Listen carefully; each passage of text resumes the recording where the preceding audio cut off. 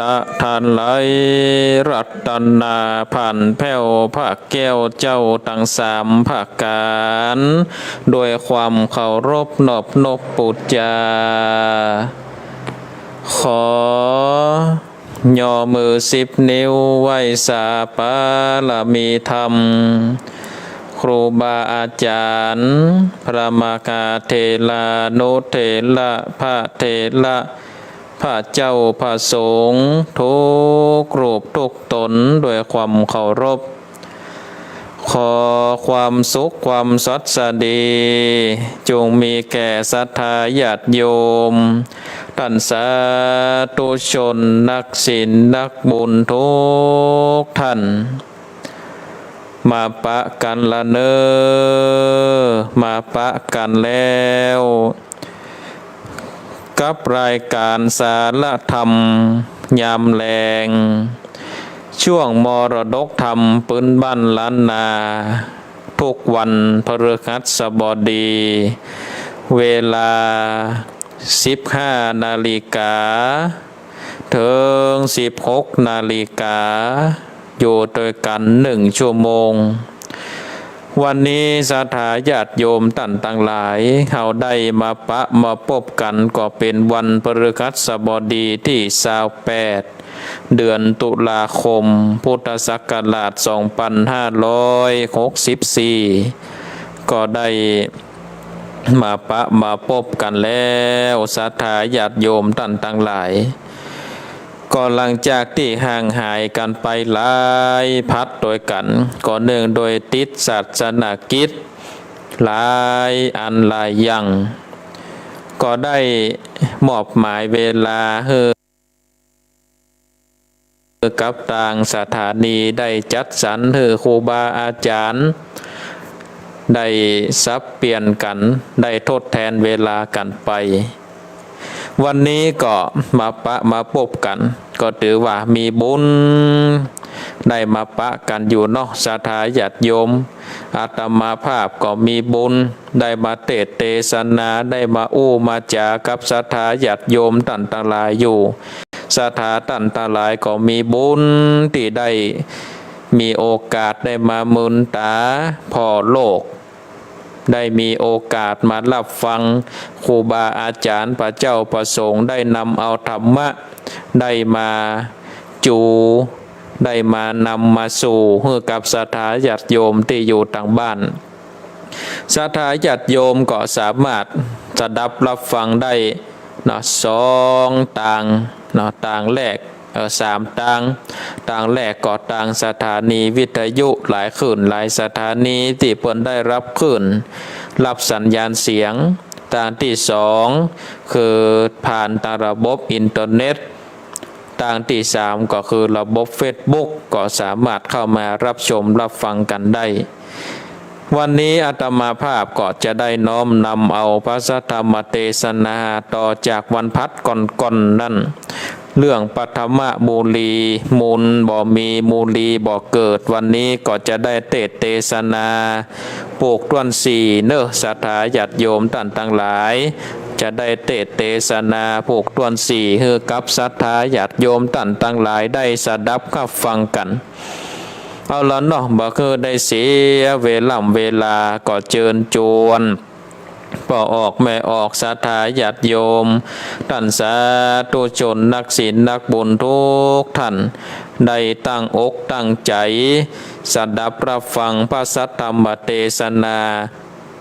ปฐมมูลีมูลบ่มีมูลีบ่เกิดปลูกต้น4เชิญชวนตั้งอกตั้งใจฟังเด้อนะโมตัสสะภะคะวะโตอะระหะโตสัมมาสัมพุทธัสสะ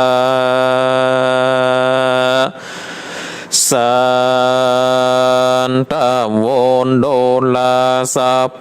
เลสะตังไลกันโลกาเจตันนาปัจจัญญาสองตัวผู้เป็นเก่าโลกนั้นกระทำการมั่งยังโลกก็ว่างเปล่าแค่ต้นไม้เครือเขาปูดอยบ่อได้มาแค่สมุทรก็แข่งขอดไปแผ่นดินเล่นเกียงหาสางมาอยู่ได้สา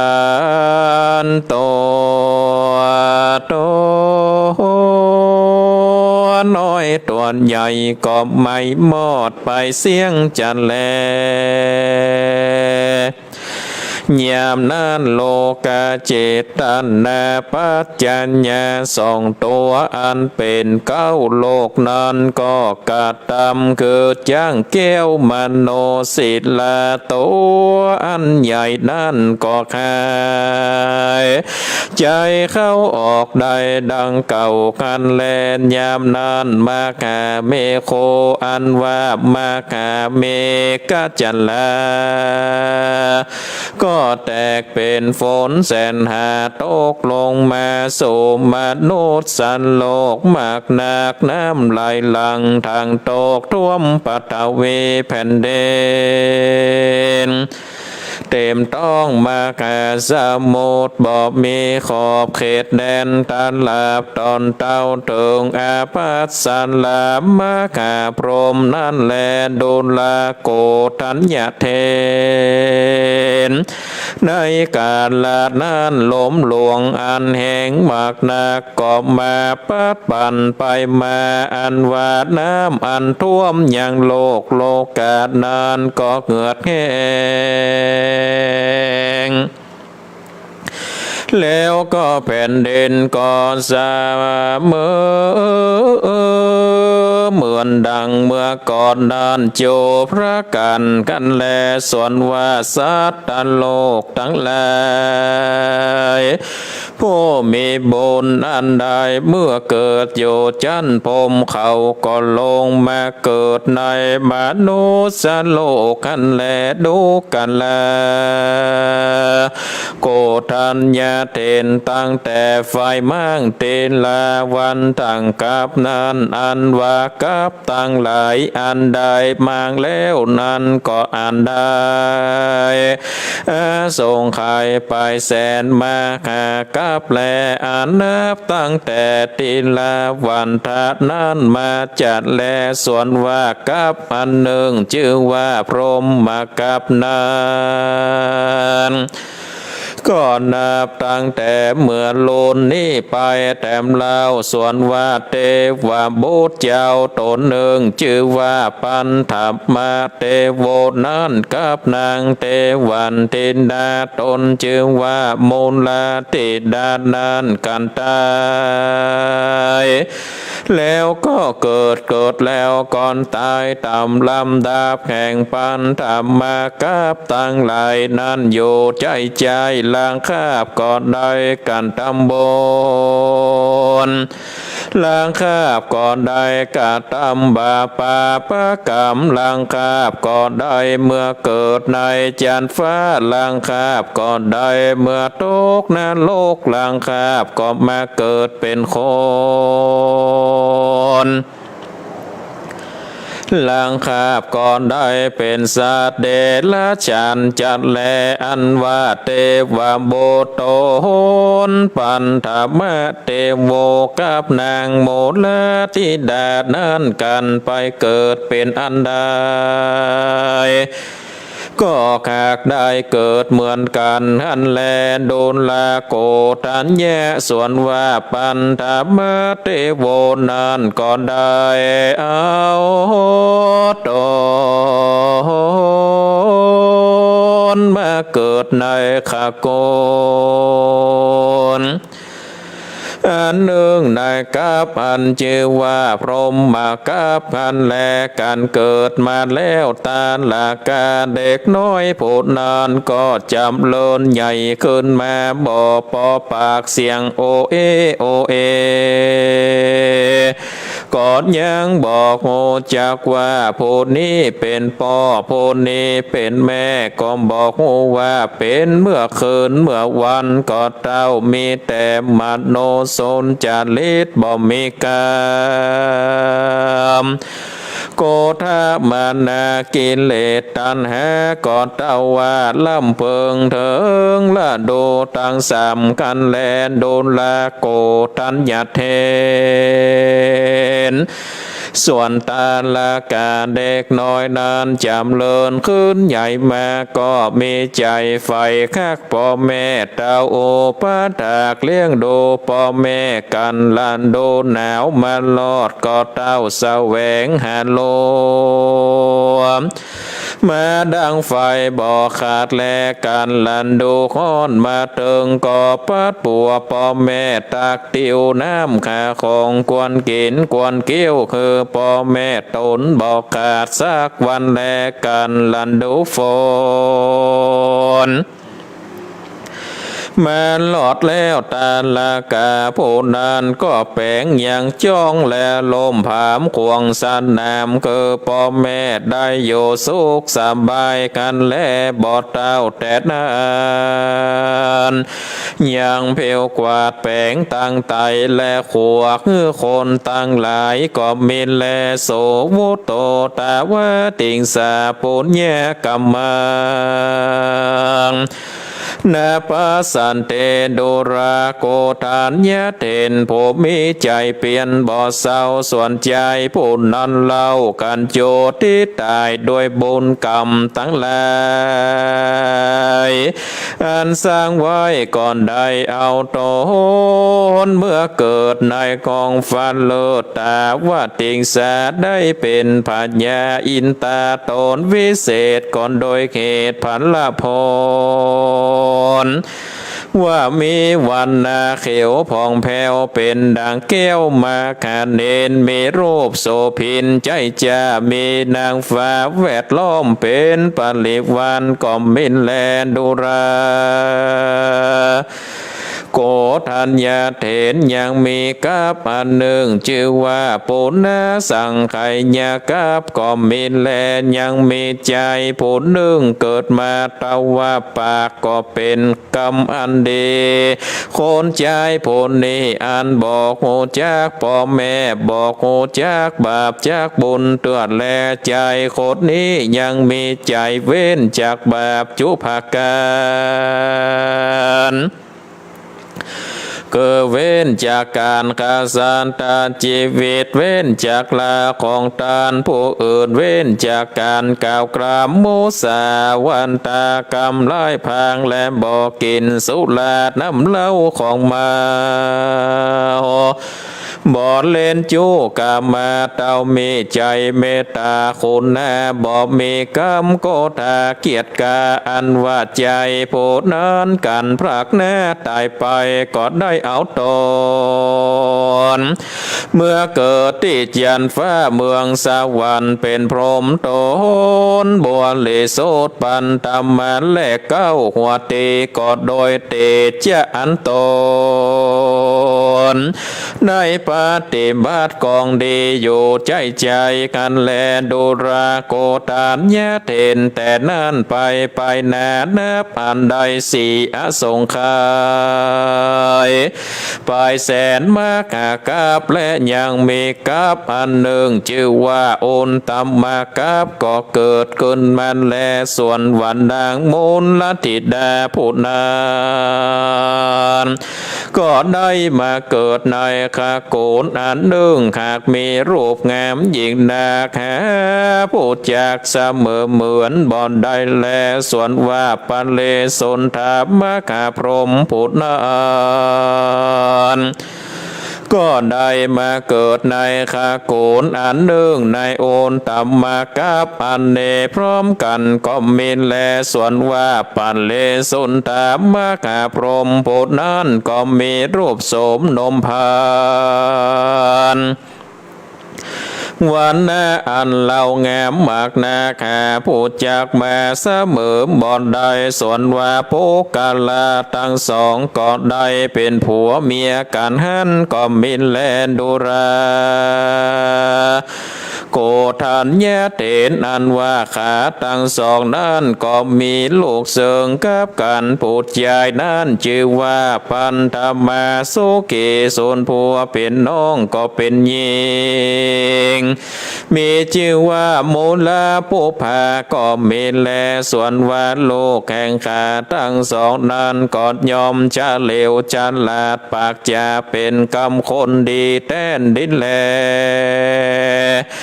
การว่าขาทั้งสองจำเริญใหญ่มาดังอันส่วนว่าขาทั้งสองอันเป็นพ่อแม่นั้นก็บอดได้ยินดีในข่าววาดแนวเรือนก็ปากันเนไปโสป่าไม้เป็นดังราศีเมตตาภาวันนาพุทโธพุทโธไปใจใจบอกขาดบอกประมาทลาสากันแลนดุราโกตัญญเท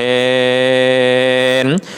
เหตุว่าในกาลเมื่อก่อนนานพระพุทธเจ้าแก่งเฮายังบอกเกิดเตือนแลอันว่าสองขานั้นก็เต้ามีใจอันอิ่มกายนายในลากตัณหา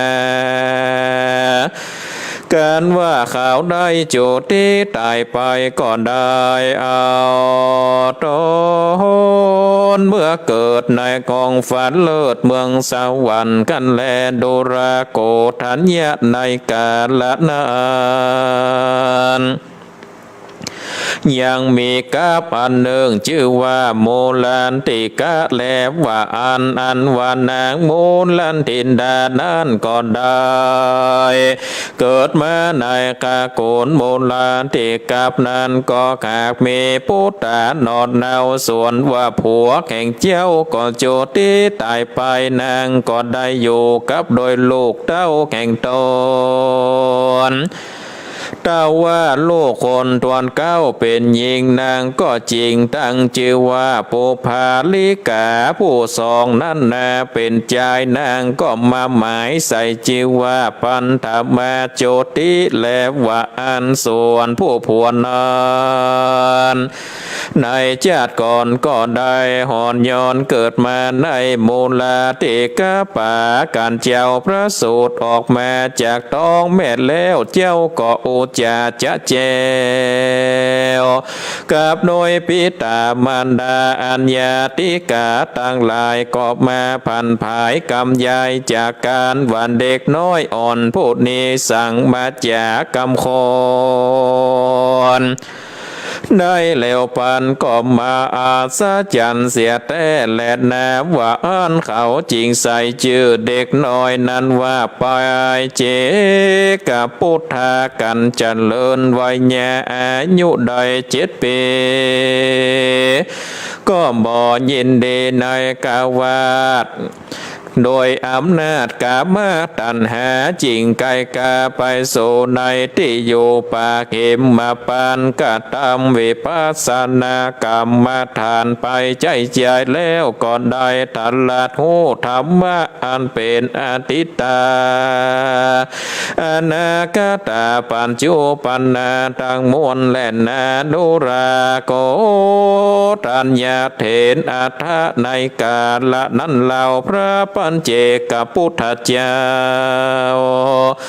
ก็ได้ไปสู่แม่น้ำแล้วว่าอันในกาลยามนั้นโจรตั้งหลายอันผ่านภายมาสู่ในที่อยู่พระปัญเจกเจ้าก่อนได้ลูกแยดเอาผ้านุ่งผ้าตะล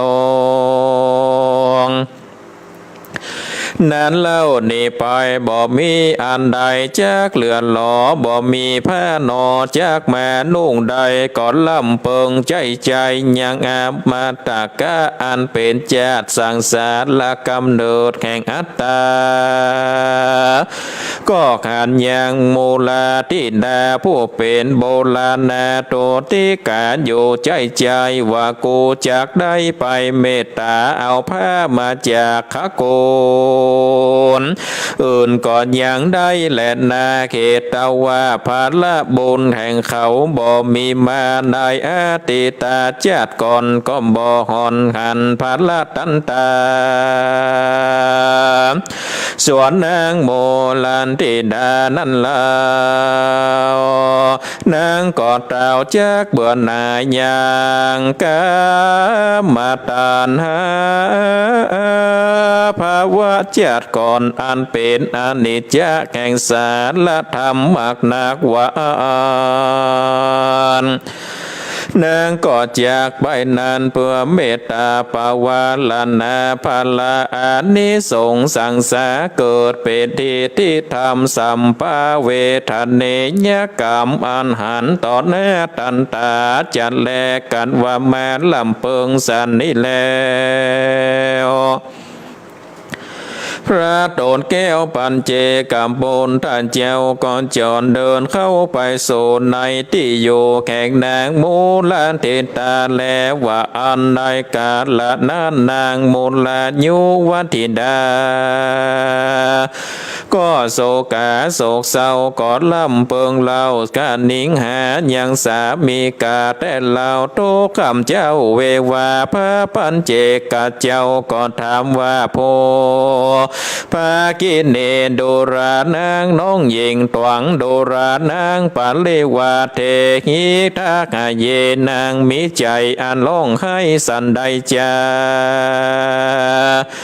นางมูลตินดาจิงกล่าวว่าข้าแด่เจ้ากูผัวข้าแข่งข้าก็ตายเสียแล้วว่าอันข้านั้นจริงเป็นโตกาเวตนาพระปัญเจกพุทธาจิงกล่าวว่าดูการานางอย่าได้เวตนามากเจนเตอบัดนี้ผัวแข่งนาง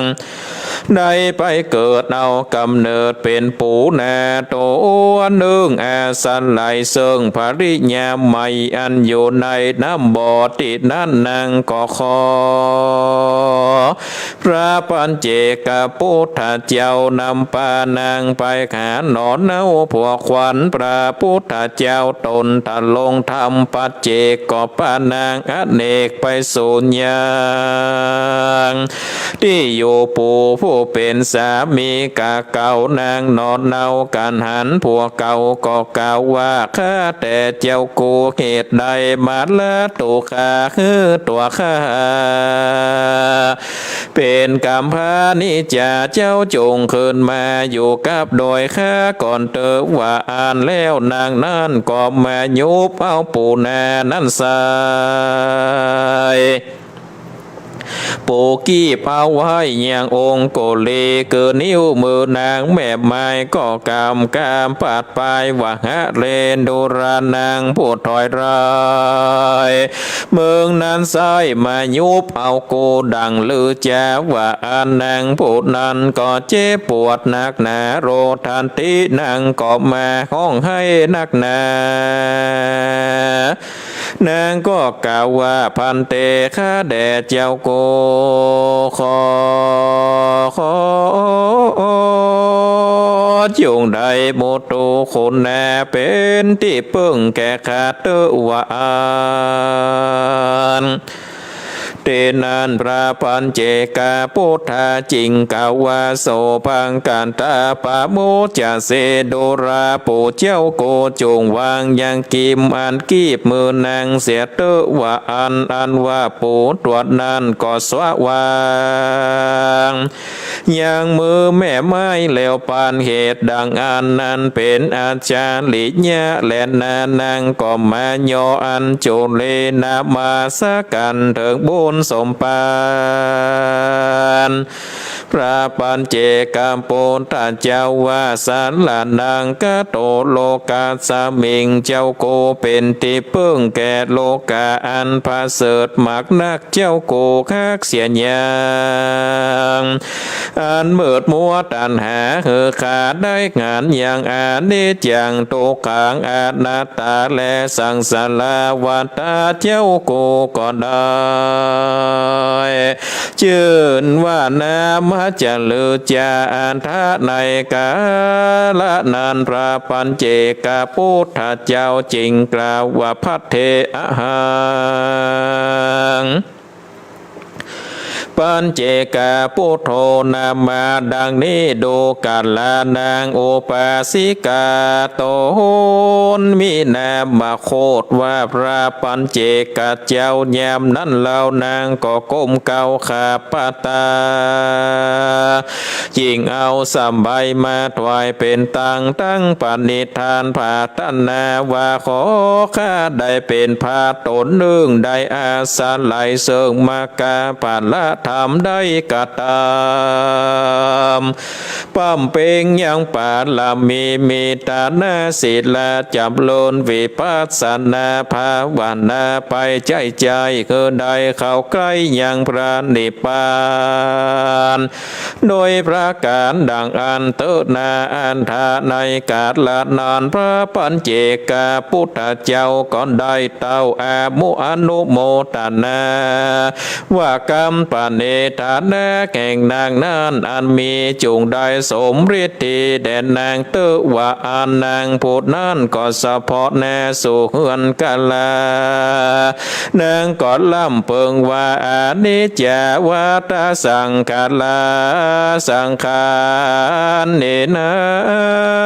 บอบมันบอดเตียงหูความเงี่ยงไปมานางก็ขาดเองไปมาว่าสามีกาแข่งขามาโตอันพรากหน้าตายไปแล้วบอกกาดแก้วโอนตัดลายได้กอกหาบอดใดมีแต่สายยังต้นเตียวไปมาในเมืองโกนเมืองฟ้าแลนนาส่วนวานางโมลติดากันโมลนากากาจากจาติอันเป็นคนก็ได้เอาตนเมื่อเกิดจันฟ้าเลิศโตสิดาส่วนว่าอัตตาภาวาอิเถลิงข้าก็บังเกิดเป็นปุริสาไปแล้วนางนอกแก้วก็ลงมาเกิดเอากำเนิดในเมืองโคนกาตำตนปั้มเป่งปาลามีญาณไปใจก็บังเกิดได้ทันลาดพระญาเป็นพระปัญเจกเจ้าโตหนึ่งบ่ญาจัดแลนนาเนทิตังขีญาณกล่าวยังปฐมะมูละมูลเลผูกตวนสีก็บังคมสมเลสะเดเอาละศรัทธาญาติโยมตันสาธุชนนักศีลนักบุญทุกท่านการได้เทศนาธรรมปฐมะมูลีมูลบ่มีมูลีบ่เกิดผูกตวนสีเป็นทำนองแบบเบ้าโบราณล้านนาเทศธรรมกำเมืองเกาะปริปุนังจบลงไปเป็นที่เรียบร้อยมาเร็วพอเวลาก็มีเวลาแถมกึ่งชั่วโมงก็จะได้สรุปนะคะใจความสำคัญเพื่อกับศรัทธาท่านทั้งหลายได้สดับรับฟังกันแถมครั้งหนึ่ง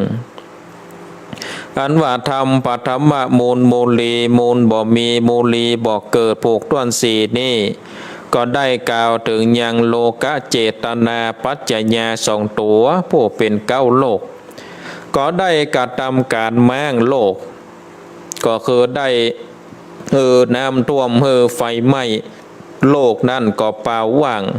ต้นไม้เครือเขาปูดอยตั้งหลายน้ำในมหาสมุทรก็หายไปต้นไม้ใบหญ้าก็หายไปแผ่นดินก็เลี่ยนเกลี้ยงบ่มีอย่างสักอย่างเพราะว่าสัตว์ตัวน้อยตัวใหญ่ก็โดนไฟมั่งกับนี่เปิ้นว่าไฟมั่งกับเนี่ยชาตาญาติโยมได้เผาไปยามนั่นนี่เมื่อโลกมันเปล่ามันว่างไปแล้วนี่การเกิดกับใหม่ก็จะเกิดขึ้นมาศรัทธาญาติโยมโลกะเจตนาปัจจญาสองตัวเป็นเก้าโลกก็กระทำคือจ้างแก้วมโนศิลาตอนแรกนั้นเนี่ยคือจ้างแก้วนั้นยุดหายใจ บัดเดี๋ยวนี้นี่ก็เอาเฮิรนจ้างแก้วมโนศิลาหายใจเข้าหายใจออกได้เมื่อจ้างแก้วมโนศิลาได้หายใจเข้าหายใจออกเป็นปกติแล้วนี่มาคาเมโคหรือว่าเมฆฟ้าเมฆฝนก็ได้ตกลงมาฝน150,000ก็ตกลงมาฝนตกลงมายังมนุษย์โลกน้ำก็ไหลตกลงไปนอนไหลท่วมไปยังแผ่นดินจนเต็มมหาสมุทรต่อเต้ามากอดถึงอาภัสรามหาพรหมเมื่อมีฝนลมหลวงก็ปัดเอาน้ำอันท่วมนั้นเหือดแห้งไปเมื่อน้ำเหือดแห้งไปสัตว์โลกทั้งหลายก็คือคนที่มีบุญเกิดอยู่ในจันทร์พรหมก็ลงมาเกิดในมนุษย์โลกตั้งแต่ไฟม้างติละวัฏกับอันนั้นก่อนได้ม้างไปมีอายุได้อาสงไขยปลายแสนมหากัปนับตั้งแต่ติละวัฏกัปมาส่วนว่ากัปอันชื่อว่าพรหมกัปนั่นก็ได้เกิดขึ้นมาศรัทธาญาติโยมนอติละวัฏกัปหายไปก็มาเกิดพรหมกัปก็มีเทวบุตรตนหนึ่งชื่อว่าปฐมเทโวนางเทวธิดาตนหนึ่งชื่อว่ามูลธิดาตายเกิดตายเกิดตายอยู่ห้าศรัทธาญาติโยมบางพ่องก็เกิดมาแล้วก็กระทำบุญบางเตื้อเกิดมาก็กระทำบาปชาติใดเกิดมากระทำบุญตายไปแล้วก็ไปเกิดบนสวรรค์ชั้นฟ้าชาติใดมากระทำบาปก็ไปตกมรณะบางลางเตื้อก็ได้มาเกิดเป็นคนลางเตื้อก็ไปเกิดเป็นสัตว์เดรัจฉาน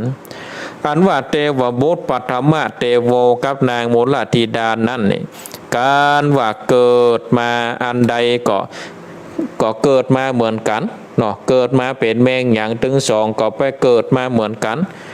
ไปเกิดเป็นคนก็เกิดมาเป็นคนเหมือนกันไปเกิดเป็นสัตว์นรกก็ไปตกมรณะเหมือนกันปฐมเทโวนั่นนี่เอาตนเกิดมาในขกูดอันหนึ่งในกัปชื่อว่าพรหมกัปนี่กันว่าเกิดมาแล้วนี่เด็กน้อยคนนั้นก็จำเริญใหญ่ขึ้นมาบ่ปอปากก็มีเสียงโอ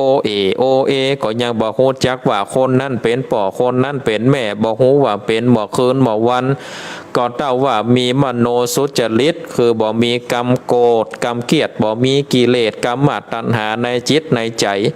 เต้าล่ำเปิงถึงทั้งสามละดู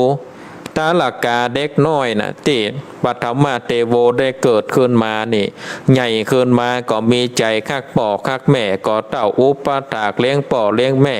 กันละดูหนาวมาก็ไปเสาะหาหลัวมาดังไฟเพื่อป่อแม่ได้หิงกันละดูฮ้อนมาก็ปัดปัวตักน้ำตำเข้าของอันเกี้ยวอันกินก็เพื่อป่อแม่ตนบอกขาดการว่าถึงฤดูฝนมาเด็กน้อยคนนั้นก็แปลงยังจ้องยังผามเพื่อพ่อแม่ได้อยู่สุขสบายบ่เต่าแต่นั่นก็กวาดเพี้ยวแปลงตั้งไต่ขัวเพื่อคนตั้งหลายหน่อแปลงโหนตั้งได้แปลงขัวแปลงศาลาเพื่อคนตั้งหลายใจคนนั้นเนี่ยกันว่าได้สร้างบุญกุศลมาแล้วกันว่าจุติตายก็ได้ไปเกิดยังสวรรค์ชั้นตาวติงสาได้ไปเป็นพญาอินตามีวันนะเนื้อตนอันสีเขียวนี่ดังแก้วมหานินมีโลบงามมีนางฟ้าแวดล้อมเป็นบริวารแล้วก็ยังมีกัปอันหนึ่งชื่อว่าปุณณสังขยกัปมีใจคนหนึ่งเกิดมาเต้าว่าปากก็บอกเป็นกรรมคนดีเตื่อใจคนนั้นบอกฮู้จักปอดจักแม่บอกฮู้จักบาปจักบุญใจคนนี้นี่มีใจเว้นจากอันเป็นบาปคือเว้นจากการฆ่าสัตว์ตัดชีวิตเว้นจากการลักของตันเว้นจากการกล่าวมุสาวาทากรรมจุไหลหลอกลวงเว้นจากการกินสุราน้ำเมาบ่เล่นจู้สู่ผัวเมียเต้าว่ามีใจเมตตาบ่มีกรรมโกรธกรรมเกลียดอันว่าใจคนนั่นกันว่าตายไปก็ได้ไปเกิดในเมืองสวรรค์เป็นพรหมเป็นพระพรหมตนบริสุทธิ์ก็คือปฐมแหลกหัวเก้าด้วยเตจะอันตนได้ปฏิบัติอยู่ในกองศีลกองธรรมแต่นั่นไปหน้าเน้นนับอ่านบ่ได้ละสี่อสงไขยปลายแสนมหากัปยังมีกัปหนึ่งชื่อว่าอุทธมกัป3 กัป4 กัปแล้วนะศรัทธาญาติโยมอุทธมกัปก็เกิดขึ้นมา นางมุลธิดาก็ได้มาเกิดในขกูลหนึ่งมีลูกมีงามหาผู้จักมาเสมอเหมือนบ่ได้ส่วนว่าปริสุทธมหาพรหมผู้นั้นก็ได้มาเกิดในขกูลอันหนึ่งในอุทกะมักอุทะมักกับเกิดมาพร้อมกันปริสุทธมหาพรหมก็ได้มีรูปโสมนมพันวันนะอันเรางามหาผู้จักมาเสมอเหมือนบ่ได้ผู้คนทั้งสองได้เกิดมาก็เป็นผัวเมียกันกันว่าสองคนผัวเมียนั่นก็มีลูกกับกันลูกปอดจาชื่อว่าปัตมะสุขีส่วนผู้เป็นลูกคนต้นสองเป็นแม่หญิงชื่อว่ามูลบุพภาส่วนว่าลูกแห่งเขาทั้งสองก็มีความเฉลียวฉลาดปากเป็นกำคนกันว่าเขาทั้งสองใหญ่ขึ้นมาส่วนว่าเขาทั้งสองอันพ่อแม่ก็บ่ยินดีในคฤหัสถ์ยาวเลือนก็ปากันหนีไปสู่ป่าประพฤติตนเป็นดังพระฤาษีเมตตาภาวนาพุทโธ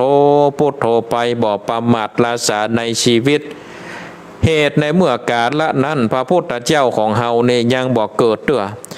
สองคนนั้นก่อนเต้าว่ามีใจอิ่มในกายในลากะตัณหากันว่าได้จุติตายก็เอาตนมาเกิดในเมืองสวรรค์ในกาละนั้นมีกัปอันหนึ่งชื่อว่าโมลทิกะนางโมลธิดานั่นก็เกิดมาในโมลทิกัปก็หากมีลูกสองคนส่วนว่าผัวแห่งนางก็ได้ตายไปนางก็อยู่กับลูกเต้าตกสองคนนั่นมาลูกคนต้นเก้าเป็นหญิงชื่อว่าปุพพาลิกาผู้ต้นสองนั่นเป็นชายก็ใส่ชื่อว่าปฐมโจติส่วนชายผู้เป็นผัวนั่นในชาติก่อนก็ได้ย้อนไปเกิดในมูลธิกัปปะการเกิดออกมาจากท้องแม่ก็อู้จ๋าเจ้าเจ้าเจ้าด้วยปิตามารดาแล้วก็ญาติกาทั้งหลายก็มาอู้กันว่าโอ้ละอ่อนคนนี้อย่ามาอู้กำคนได้เร็วขนาดก็มาอัศจรรย์ใจเขาก็ใส่ชื่อเด็กน้อยว่าปัจเจกพุทธาการเจริญวัยใหญ่ขึ้นมาได้7 ปีก็บ่ยินดีในความเป็นคฤหัสถ์ในความเป็นคนบ้านก็ด้วยอำนาจกามตัณหาที่ได้เข้ามาปกห่มในจิตในใจก็เกิดก่ายอิ่มนายไก่ในชีวิตความเป็นคนบ้านเป็นคฤหัสถ์ก็ได้หลีกไปอยู่ที่ป่าไม้หิมพานต์กทำวิปัสสนากรรมฐานก็ได้ทลัดหูธรรมะตั้งแต่อดีตอนาคตแล้วก็ปัจจุบันทั้งมวลก็ได้ชื่อว่าพระปัญเจกพุทธเจ้าพระปัญเจกพุทธเจ้านี่ได้ไปสู่แม่น้ำก็ด้วยกรรมศรัทธาญาติโยมท่านทั้งหลายโจรก็ได้มาปล้นเอามาลู่เอาผ้านุ่งอันที่องค์พระพุทธพระปัญเจกพุทธเจ้านั้นได้หนีได้ห่มแล้วก็ลักเอาผ้านุ่งไปก็หนีไปบ่มีอันใดที่จะมานุ่งและศรัทธาญาติโยมก็มาลำเพิงถึงจัดก่อนนั้นว่านางมุลธิดาผู้เป็นกู้กันในจัดก่อนนี่เฮาจะไปเมตตาผ้าจากขกูลอื่นนี่เพราะว่านางนี่บุญนี่นางนี่ยังบ่ถึงกาลเวลาเตื้อในอดีตชาตินั้นก็บ่ได้ส่งผลมาเตื้อส่วนนางมุลธิดานั้นเต่าว่านางคนนั้นก็เมื่อในยังกามตัณหาก็มาเป็นทุกข์เนาะมาหันทุกข์อันนี้จังทุกขังอนัตตาแห่งสังขารธรรมโอ้ว่าเฮานี่ก็มันเบื่อหน่ายในสังขารธรรมในเบื่อหน่ายในร่างกายเขาแล้วนี่โอ้เฮาจะเงี่ยจะใดดีองค์พระพุทธเจ้าพระปัญเจกพุทธเจ้าก็เดินเข้าไปสู่ในที่อยู่ของนางมุลธิดาในกาลนั้นนี่นางมุลยุวธิดาก็มีความโศกเศร้าศรัทธาญาติโยมมาล่ำเปิงหาสามีกาอันได้ตายไปพระปัญเจกพุทธเจ้าก็ถามว่านางเอ๋ยนางมีใจของให้ปริเวทนาในเพราะอันหยังก็เพราะว่าผัวแห่งข้าได้ตายไปข้าก็เกิดเติงหาผัวข้าแต่นา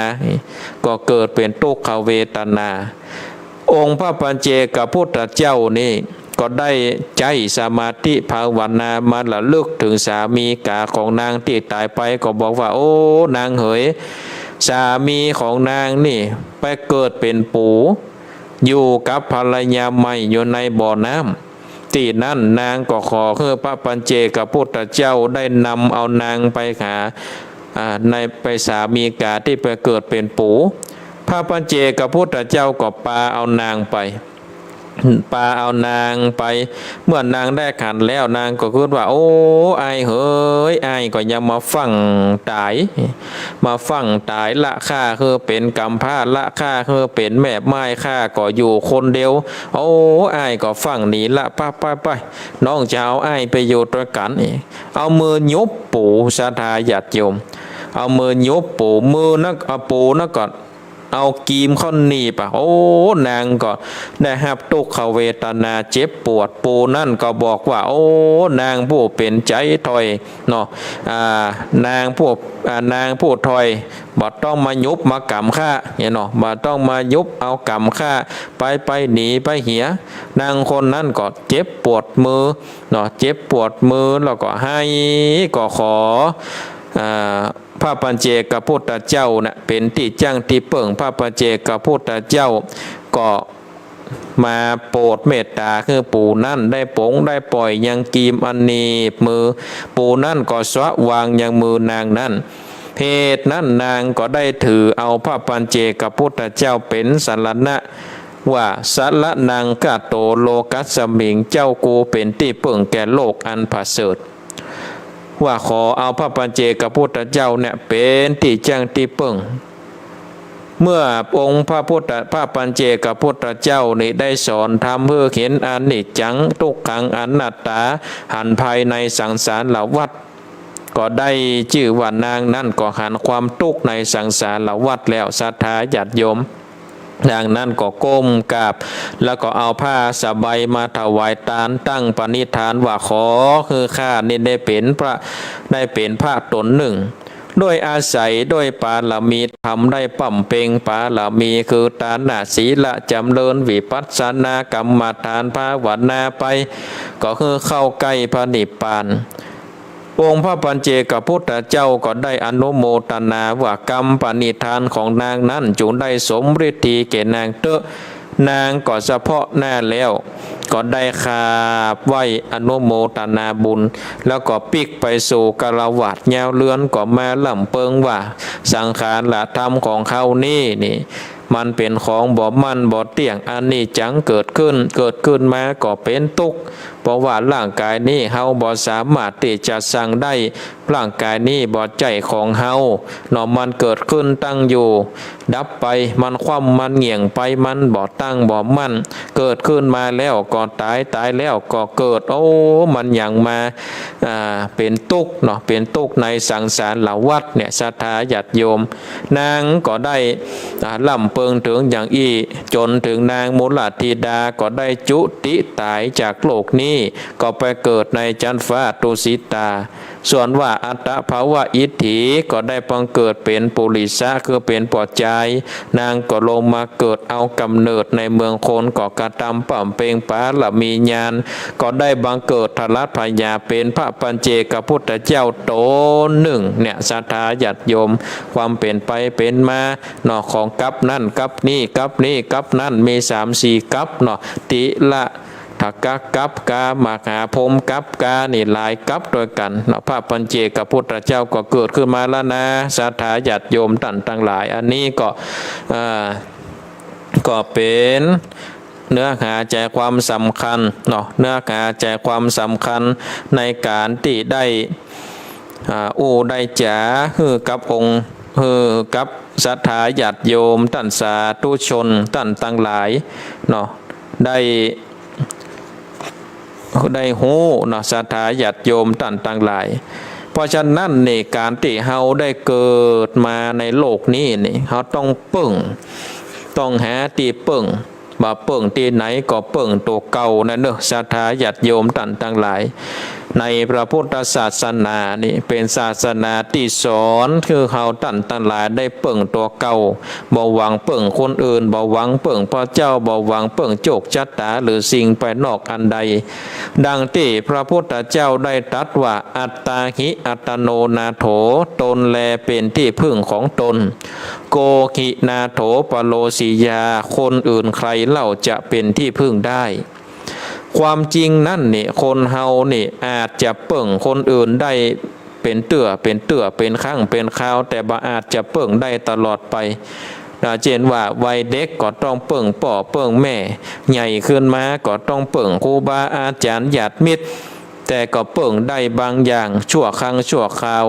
ยิ่งการศึกษาเล่าเรียนการสร้างความรู้ความสามารถและความประพฤติแล้วเฮาต้องสร้างด้วยตัวเก่าตัวของเฮาเองจะให้คนอื่นทำแทนก็บ่ได้แม้การยึดพระพุทธเจ้าว่าเป็นที่เปิ่งพระองค์ก็ตัดเพื่อเปิ่งพระธรรม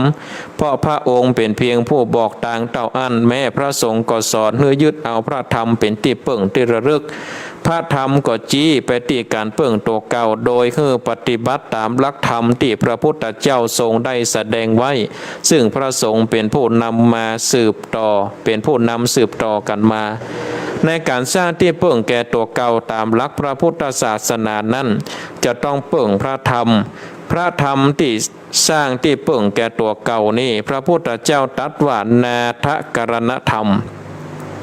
ซึ่งพระองค์ตรัสไว้ในนาทกรณธรรมสูตรคือสูตรว่าด้วยหลักธรรมที่สร้างที่เปิ่งเฮือกตัวเก่าโดยว่าพระพุทธเจ้าได้ตรัสแก่ภิกษุทั้งหลายในตอนต้นพระสูตรว่าภิกษุทั้งหลายเธอทั้งหลายจงอยู่อย่างมีที่เปิ่งอย่าอยู่อย่างบ่มีที่เปิ่งเพราะว่าผู้บ่มีที่เปิ่งย่อมอยู่เป็นทุกข์ผู้ที่บ่มีที่เปิ่งนั่นเป็นทุกข์อย่างใดข้อนี้เห็นได้ชัดขนาดศรัทธาญาติโยมคือคนที่ขาดที่เปิ่งเป็นทุกข์เพราะเป็นทุกข์เอาบางเตื้อตายก็เพราะขาดที่เปิ่งอย่างเช่นว่าเด็กทารกที่ถูกทอดทิ้งบ่มีไผดูแลคนที่อดอยากหิวโหยเพราะขาดอาหารก็หรือว่าเพราะความยากจนคนที่เจ็บป่วยบ่มีไผดูแลคนที่ถูกไฟไหม้หรือบ้านถูกน้ำปัดน้ำปลาไปถูกวาตภัยรุนแรงก็พังทลายไปหมดจนบ่มีที่อยู่อาศัยคนที่เรือล่มกลางทะเล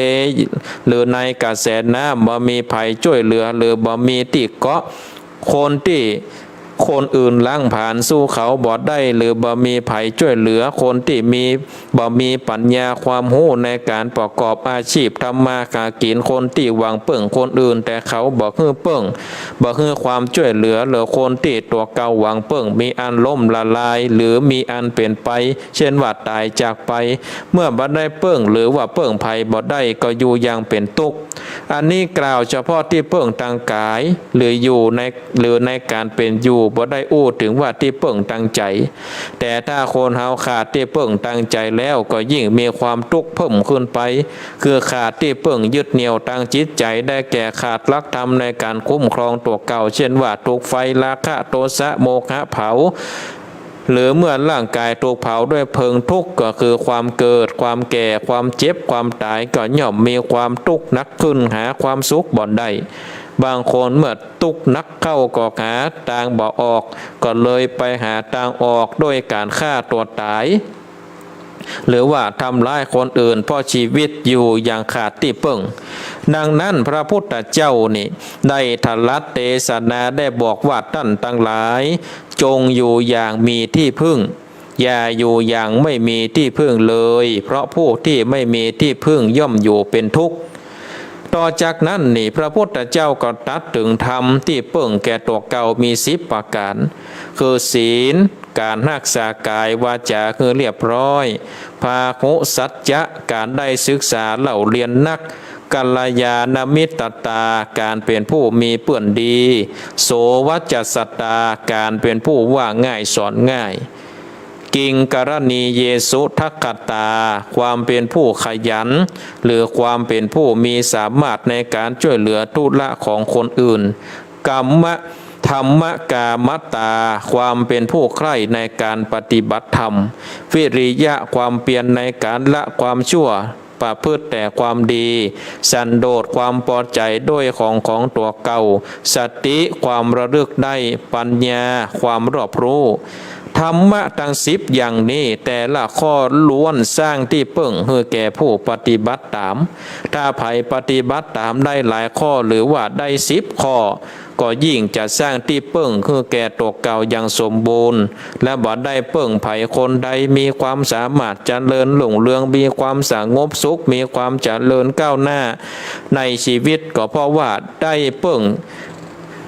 ที่สูงสุดก็คือความสิ้นทุกข์นี่ศรัทธาญาติโยมท่านทั้งหลายอันนี้ก็กล่าวเพื่อศรัทธาญาติโยมว่า10ข้อนี้มีอะไรอย่างพ่องก็คือศีลพหุสัจจะกัลยาณมิตรตาแต่สิ่งที่จะต้องเปิ้งในเฮาเป็นชาวพุทธคือเปิ้งพระพุทธพระธรรมพระสงฆ์เป็นสรณะที่เปิ้งอย่าเฮาได้อาราธนาศีล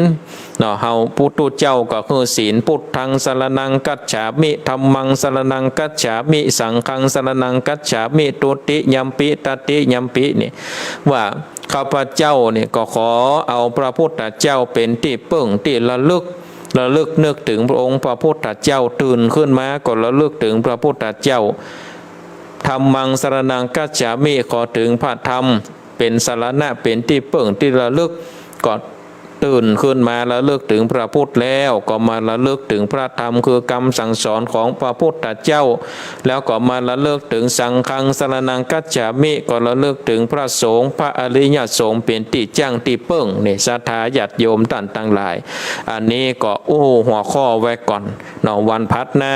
ก็มาติดตามกันนะจะแยกเอา10ข้อนี่เป็นอย่างว่าศีลคือการรักษากายวาจานี่เป็นอย่างใดพหุสัจจะการได้ยินได้ฟังได้ศึกษาเราเรียนนักเป็นที่เปิ่งของเขาได้จัดไตเนี่ยศรัทธาญาติโยมก็จะคือกับศรัทธาตั้นทั้งหลายได้สดับขับฟังกันเพราะฉะนั้นก็วันพัดหน้าก่อยมาปะกันแถมปัทมะมูลลีมูลบ่มีมูลลีบ่เกิดวันพัดหน้านี่ก็เป็นผูกต้น5ศรัทธาญาติโยมตั้นทั้งหลายก่อนที่จะลาจากกันไปนั้นนี่ก็ขออนุโมทนากับครูฟิล์มอาจารย์วิทยวัฒน์ปงไฟได้ร่วมทำบุญกันเทศได้ร่วมทำบุญปูจากันเทศอุทิศกัลปนาผลไปขาอย่างเจ้ากรรมนายเวร300 บาทอนุโมทนากับอาจารย์วิทยวัฒน์ปงไฟหรือว่าครูฟิล์มได้ร่วมทำบุญกันเทศมา300 บาทแล้วก็มีคุณโยมยานวิทย์ยานวิทย์ได้ร่วมทำบุญปูจาการเทศแถมปูจาการเทศเปิดแจ้งในคอมเมนต์หรือว่าในข้อความนี่ในข้อความนี้ได้ร่วมทำบุญปูจาการเทศก็อนุโมทนากับศรัทธาญาติโยมที่ได้ร่วมทำบุญกันได้ร่วมทำบุญกันในวันนี้ก็สาธุอนุโมทนากับครูฟิล์มกับคุณโยมยานวิทย์ที่ได้ร่วมทำบุญมาก็สาธุอนุโมทนาก็ศรัทธาญาติโยมที่ร่วมทำบุญปูจาการเทศก็ดีเป็นการน้ำกับไฟก็ดีก็ถ้ามีอาตมาภาพก็ได้ประกาศอนุโมทนาให้กับศรัทธาญาติโยมท่านสาธุชนนักศีลนักบุญได้ร่วมอนุโมทนาด้วยกันยกมือไหว้ไปมือสายกมือไหว้ไปมือสาอนุโมทนาบุญด้วยกันศรัทธาญาติโยมท่านทั้งหลายก็สุดท้ายก็จะปันป้อนเพราะฉะนั้นศรัทธาญาติโยมก็มาพบกันติดไหนเขาก็มาปะกัน2 วันพุธเวลา3:30 นาทีถึง5:00แล้วก็วันพฤหัสบดี สารธรรมยามแรงช่วงมรดกธรรมปืนบ้านล้านนาทุกวันพฤหัสบดีเวลา 15 นาฬิกา 16 นาฬิกาก็ปากัน2 วันโดยกันเนาะศรัทธาญาติโยมท่านทั้งหลายเอาละเนาะถึงช่วงเวลาปางสุดปางซอยหลังจากจบแล้วก็ก้อยเปิดสายหลังไมค์เอาเนาะศรัทธาญาติโยมเปิดสายหลังไมค์ก็โทรมาที่เบอร์โทรศัพท์0865878177 0865878177หลังจากที่จบรายการแล้วเนอะศรัทธาญาติโยมอู้จากันหลังไมค์เอาเนาะเวลาก่อนไล่ก้นมาก็ขอบคุณอนุโมทนากับศรัทธาญาติโยมที่ได้มาร่วมทำบุญปูจากันเทศก็สาธุอนุโมทนาบุญใดกุศลใดที่ศรัทธาญาติโยมได้กระทำปั่มเพลงได้ร่วมปูจากันเทศกันทำน้ำทำคำสอนในองค์สมเด็จพระสัมมาสัมพุทธเจ้ากรรมกรรมผาธนาจะอุติสะภายแปรไปถึงยังป่อเกิดแม่เกิดเจ้ากรรมในเวรขอได้มาปัตตาโนโมทนามาจดเอาลายหมายเอาชื่อไปใส่ในสวนปัตตาหลับลานคำสนำจำชื่อไว้แม้นว่ามูลศรัทธาตกน้ำอย่าคือได้ไหลแม่นจักตกไฟอย่าคือได้ไหมตั้งแต่นี้ต่อไปภายภาคหน้าก็ขอคือหลอดพ้นจากสัพพทุกข์สัพพโศกสัพพโลกสัพพภัยสัพพเคราะห์เสนียดจันไรตั้งหลายคือได้ขายนี้ตั้งข้อปีข้อเดือนข้อวันข้อยามข้อเมื่อรับเมื่อตื่นเมื่อยืนเมื่อเตียวเมื่อเกี้ยวเมื่อกินข้อไปก่อนหน้าและตามหลังจุนได้ตกไปกับไฟจุนได้ไหลไปกับน้ำอย่าเปียกคือมาแถมซ้ำนั้นจุงจักมีตั้งแต่นี้ต่อไปภายภาคหน้าหิก็ขอคือปันมาหาก็ขอคือปันได้ดูตั้งกินดูตั้งไว้เตตานก็ได้มีโจกปีโจกเดือนโจกวันโจกยามอายุปี